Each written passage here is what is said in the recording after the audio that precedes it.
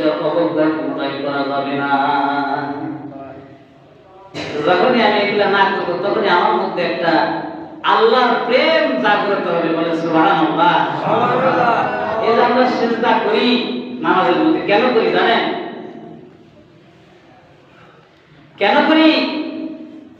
এই সিজদা করে আল্লাহকে খুশি করার জন্য। বলে সুবহানাল্লাহ। সিজদা করলে আল্লাহ খুশি হয়। যে আমার বান্দা, তার মধ্যে কোনো অহংকার নাই, কোনো গর্ব নাই, দাপট্য নাই, সে সব কিছু ভুলে গিয়ে আমি আল্লাহর কাছে মাথা নত করে আমি আল্লাহর প্রশংসা করতেছে, আমি আল্লাহর কাছে ছোট হইতেছে, নিজেকে ছোট বলে দাবি করতেছে। বলে সুবহানাল্লাহ। আল্লাহ খুশি হয়ে যায়।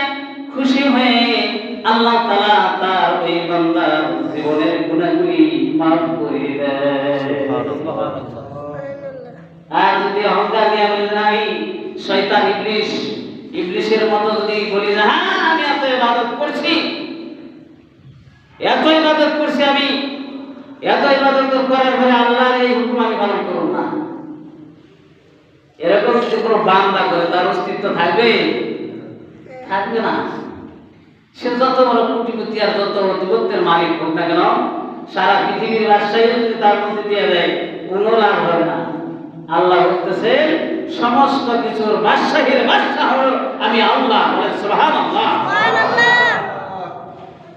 এজন্য ইবাদতের ক্ষেত্রে আল্লাহর কাছে বান্দা যত বেশি নমনীয় হবে, যত বেশি ছোট হবে, আল্লাহ বল ইয়া আল্লাহ আমার মতো গুনাহগার, আমার মতো এত নাফরমান, আমার মতো এত পাপী দুনিয়ার বুকে একটাও নাই, তুমি জানো।